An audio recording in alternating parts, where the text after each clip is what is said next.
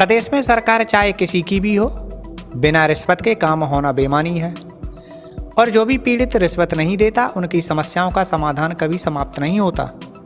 इसलिए लोगों की समस्याएं जस की तस बनी रहती हैं।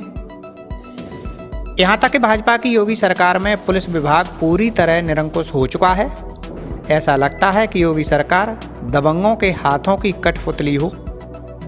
ये हम नहीं, उन महिलाओं का कहना है जो कई सालों से न्याय के लिए थाने के चक्कर लगा रही हैं। जी हाँ, हम बात कर रहे हैं फिरोजाबाद के थाना शिकोहाबाद की। आपको बता दें कि रागिनी और नीरू नाम की दोनों महिलाओं का शिकोहाबाद के स्टेशन रोड यानी कि मेला वाले बाग में 2 प्लॉट नेहा अतिथि गृह के मालिक अनिल माथुर के पास पड़े हुए हैं और उन्हीं से उन्होंने खरीदे थे। उस समय प्लॉट के दोनों साइडों पर रास्ता था। एक तरफ यानी कि पूर्व साइड में 30 फीट का रास्ता और उत्तर दिशा में 25 फीट का रास्ता था। लेकिन कुछ समय बाद राजकिशोर यादव ने दबंगई के बल पर 30 फीट चौड़ा पूर्व की तरफ का रास्ता बंद कर दिया। शिकायतकर्ता का आरोप है कि इसकी शिकायत कई बार अधिकारियों से की जा चुकी है, लेकिन अभी तक इस समस्या का समाधान नहीं निकला है। यहाँ तक कि आरोपी के खिलाफ थाना शिकोहाबाद में कई धाराओं में मुकदमा पंजीकृत है और उसके खिलाफ चार्जशीट भी लगाई जा चुकी है, लेकिन पुलिस है कि कुछ करने को तैयार नहीं है। यहाँ तक कि 12 मई को प्रदेश के उप मुख्यमंत्री केशव प्रसाद मौर्य को भी शिकायती पत्र दिया गया था। पत्र का संज्ञान लेते हुए सीओ शिकोहाबाद और उपजिलाधिकारी ने लेखपाल को मौके पर ले जाकर उक्त जगह की पैमाइश भी कराई। उसके बाद दोनों अधिकारी नेहा अतिथि गृह जाकर बैठ गए, जबकि राजकिशोर यादव और अनिल माथुर पहले से ही वहाँ बैठे हुए थे। दोनों अधिकारियों ने केवल दोनों महिलाओं को अंदर आने की अनुमति दी, यहाँ तक कि अन्य परिजनों को भी अंदर नहीं जाने दिया। दोनों महिलाओं पर हस्ताक्षर करने का दबाव बनाया गया। कहा गया कि ये विवाद यहीं ख़त्म करो, अन्यथा परिणाम अच्छा नहीं होगा। इस पूरे मामले में दोनों महिलाओं ने आखिर क्या कहा, आइए आपको सुनाते हैं। मेरा नाम नीरू है। मैं मेला वाले बाग में रहती हूँ। मेरे पति आर्मी में सर्विस करते हैं। मैंने अनिल माथुर से प्लाट लिया। प्लाट की रास्ता को 25 फुट की रास्ता को बंद कर दिया है। ज़बरदस्ती गुंडागर्दी से दीवार खड़ी कर ली है राजकिशोर ने। किसने? राजकिशोर ने। अच्छा, इस समस्या को लेकर आप किससे मिली?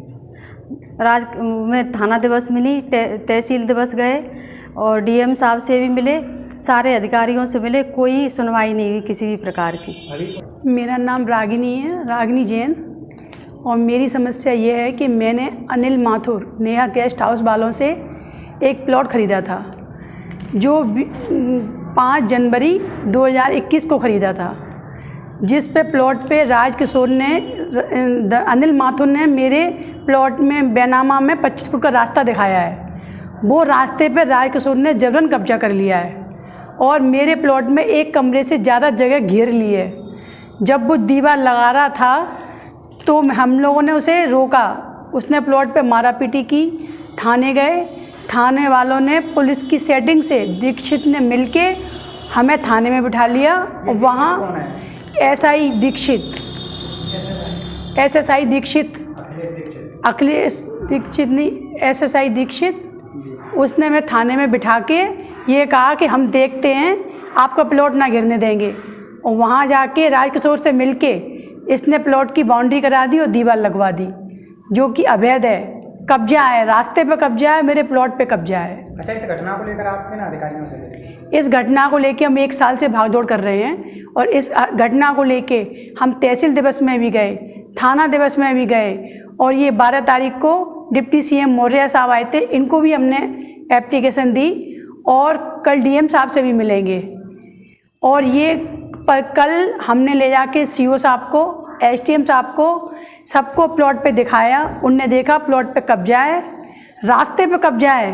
ये लोग बाहर तो कुछ कहते रहे कि नहीं ये गलत है, कब्जा नहीं होना चाहिए, रास्ता नहीं रोकना चाहिए। अनिल माथुर से मिलेंगे, दादा से मिलेंगे और नेहा गेस्ट हाउस में जाके इन लोगों ने कहा कि केवल पार्टी के अलावा चौथा कोई व्यक्ति नहीं आएगा।